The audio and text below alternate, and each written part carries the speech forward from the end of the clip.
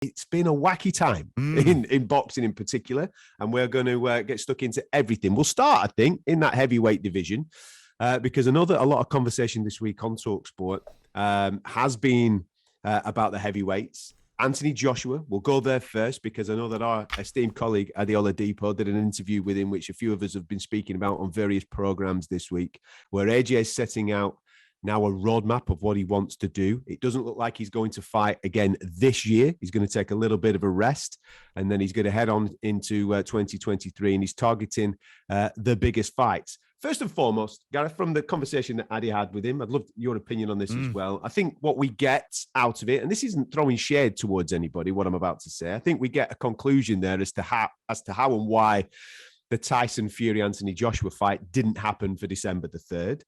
I think Anthony Joshua most certainly would have fought, and he wanted that fight, but his team and advisors maybe wanted him to go in a different route. I think sense maybe has prevailed for him personally, taking a little bit of time out, just pumping the brakes a touch, getting a little bit of good rest in there, and then realigning his thought process about being the challenger now rather than the champion like he has been for the previous 11 fights. I think could see him come back with a bit of a vengeance in 2023. It's going to be interesting to see who they match him up against for that first one back next year. Yeah, I thought it was a really good interview. I thought he was really good. Obviously gets on well with Addy, and there's that he's very relaxed with Addy, as he is indeed with us. And I think what I found about Anthony in that interview, the things that I took away from it were he's finally listened to conventional wisdom in boxing, which was after the Alexander Usyk defeat. I know times change, but it made sense to stay out of the ring for a while, work with Robert Garcia or whoever he's going to work with again for a while, and come back and get a couple of knockouts. A lot of us were sceptical about whether he'd take the Tyson Fury fight. I thought he was very respectful towards Tyson Fury, by the way, in the way he spoke about him. And unlike Tyson Fury, he says, I'm never going to fight Anthony Joshua. I don't believe you, Tyson. If you're listening, come on and ring me back tonight and have a go at me over it. I'm not the true Geordie. I'm not Brian Davis. I'm Gareth A. Davis. Yeah? But if you want to come back and have a go, I thought Anthony Joshua was very respectful towards him. And he said, of course, me and him are going to fight at some point. And of course they're going to fight at some point. They will fight. There's so much money on the table for that fight. I thought Anthony seemed very balanced. I thought AJ came across very well.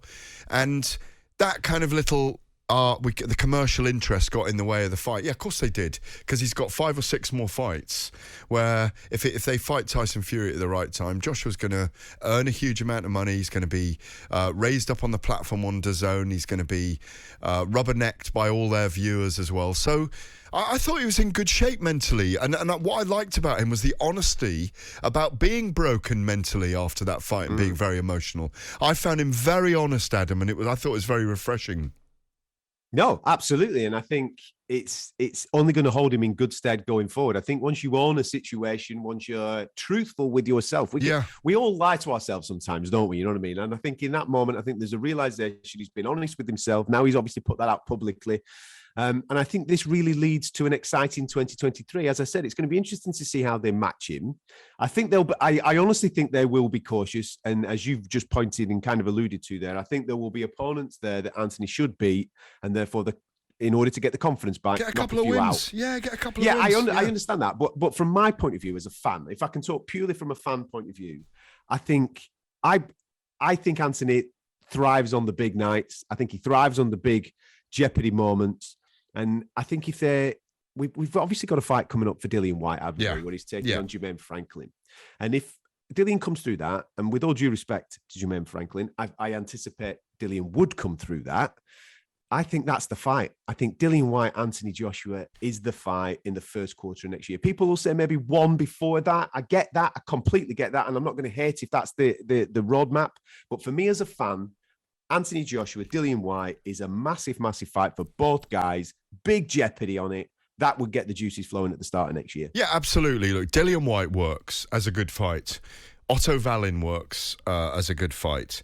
And who's the other? Flip Hergovich, he said in that interview as well. I mean, I think Addy tossed those names to him, but all 3 of those work in my view, and I think he beats all of them. I really do. Because I think There's well, levels. in that case, I agree. I agree with what you're saying there. I think in it's just levels. Case, I think he's better than them. I just think he's better than them. Absolutely. And in that case, what I would do then, I would take the one that makes the most commercial sense, and that would be Dillian Whyte. Absolutely. And I hope it is Dillian Whyte, but he's got to beat Jermaine Franklin first on the 26th of this month, doesn't he? So, yeah. And he's no pushover, Franklin. He's no pushover in my view.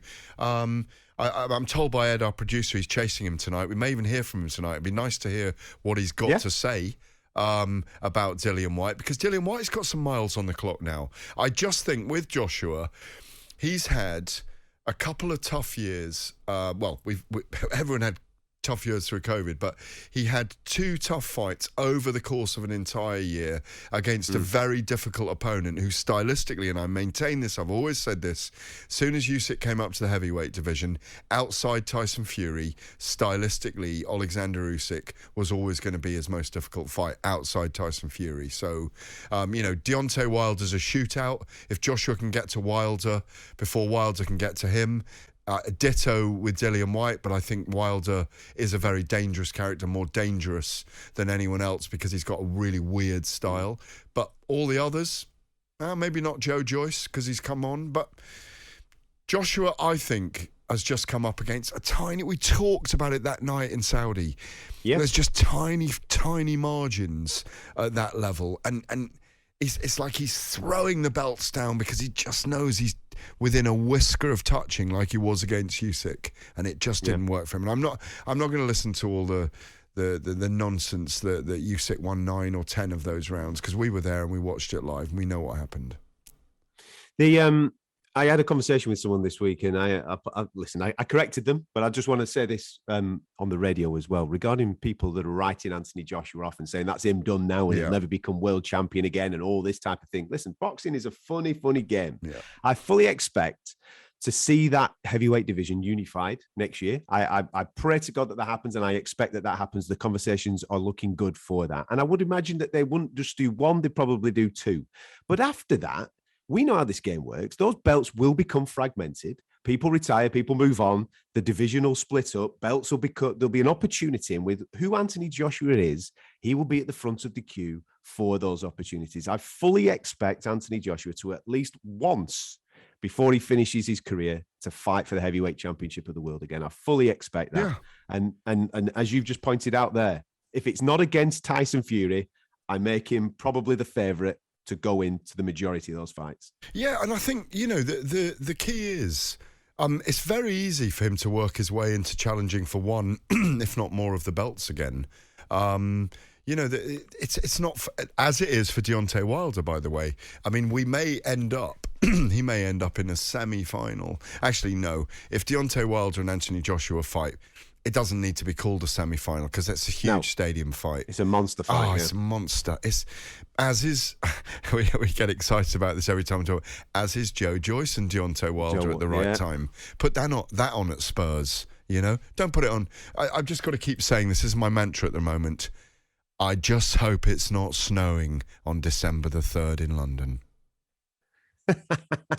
Bring a coat. Really. Bring a coat. Bring a fur coat. Yeah. Yes. Listen, we are good. We will.